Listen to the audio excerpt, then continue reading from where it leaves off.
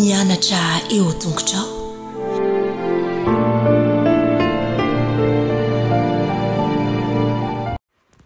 Faly miarabantsika tsy avindray tratra izao fotoana manokana izay andraisantsika ny lesona ho an'ny lehibe izao amin'ity an'ity manona fahasoavan'ny tompo aminao izay manaraka tsy tapaka ny fandraisana ny ten'Andriamanitra eto. Alohan'ny handehantsika ny amin'ny lesona an'io dia vavakisika. Andriamanitra rainay tsara indrindra velom-pisaorana anao hatrany izay satria mba mpitiavana hatrany no andraisanay anao ary mbola haposaka ao aminay ilay fitiavana sarobidy izay avy aminao, ngataka aminao tompo izany fahasoavanao izany andrakotra anay, ka hiala tokoa anay ilay hevitra izay mampisaraka anay aminao ka ho iray tahaka ny ray amin'ny zanaka izay aminao. Mety aiza ianao moko zava-tsoa aminay amin'ity anio ity, tonoina sy angatahany amin'ny anaran'i Jesosy. Amen.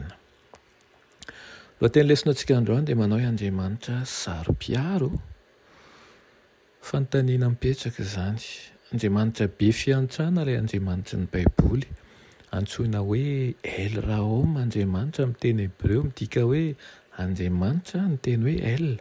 Ary Rahom dia teny anankiray avy amin'ny fototeny hoety milaza ny fiantrana. Tsy antsoina hoe Andriamanitra be fiantrana fotsiny anefa izy fa Andriamanitra sarom-piaro ihany koa. Dia toy izao ny ilazan'ny Deutéronomie 4:7-20 an'izany manao hoe fa Jehovah Andriamanitra ao dia afo mandevona, eny Andriamanitra sarom-piaro izy. Ambaran'ny Korinthiana 1:7-4 fa tsy mialona na hoe tsy sarom-piaro ny fitiavana. Ahoana ary no ilazana fa Andriamanitra sarom-piaro Jehovah? Vakio ary ny Korinthiana 2:1-20 ary tinio ny tsy fahatokian'ny vahoakan'Andriamanitra manerana an'ireo tantaran'ny Baiboly. Ahoana no ananan'ireo anampin'ireo andalan-teny ireo atsika hatakatra ny fahasarom-piaron'Andriamanitra. Tsy araka ny tokony ho izy matetika no hatakaran'ny olona izany hoe fahasarom-piaron'Andriamanitra izany. Raha lazaina ho vady sarom-piaro ny lehilahy na vehivavy anankiray dia tsy azo raisina ho fandokafana velively izany. Matetika ny teny hoe fahasarotam-piaro no manana heviny mihiba amin'ny tenim-pirenena maro. Tsy manana heviny mihiba nefa ny fahasarotam-piaron'Andriamanitra izay resahana amin'ny Baiboly. Fihetseham-po ara-drary ny lehilahy tia ny vadiny ka maniry hanana fifandraisana anjaka ny fahatokisana sy ny fahatokiana aminy izany. Misy izany ny karazany fahasarotam-piaro mifanohitra amin'ny fitiavana, nefa misy koa ny fahasarotam-piaro tsara sy ara-drariny. Tondroin'i Paolo fahasarotam-piaro araka an'Andriamanitra izany. Izany fahasarotam-piaron'Andriamanitra no any ara-drariny manjakariva ary koa azo lazaina ho fitiavana miredareda ny vahoakany. Ny fitiavana lalina itiavan'Andriamanitra ny olona no mahatonga ny fahasarotam-piarony.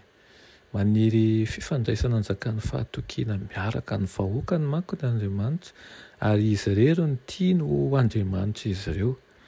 Matetika nefa izy no aseho tahaka ny vady izay no hamahavoina ary tsy mba novaliana ny fitiavana nasehony.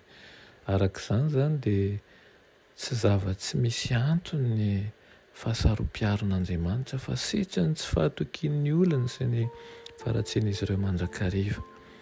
Tsy hita ao amin'ny fahasarom-piaron'Andriamanitra ny hevitra mihidan'ny fahasarom-piaron'ny olombelona ary tsy mba misy fialonana ao amin'izany fa tena fihatsepo ara-drarany izay maniry fifandraisana anjakan'ny fahatokiana amin'ny vahoakany ary ny tena tanjony dia ny hahasoa izy ireo hatrany.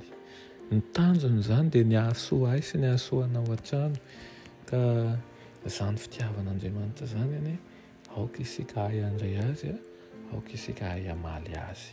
Amen. Andriamanitra tsara indray-an-danitra misaotra tompony any fitiavanao, mangataka izahay mba ampianarinao ahay handray izany, ahay hankasitraka ihany koa satria Andriamanitra maefa ny zavatra rehetra ianao nefa manam-pitiavana anay amin'ny fahafenony aminay izay tena bitika kokoa.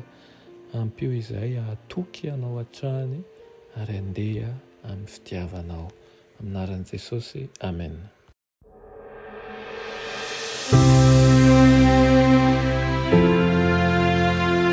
Mianatra eo an-tongotry Jesosy isan'andro.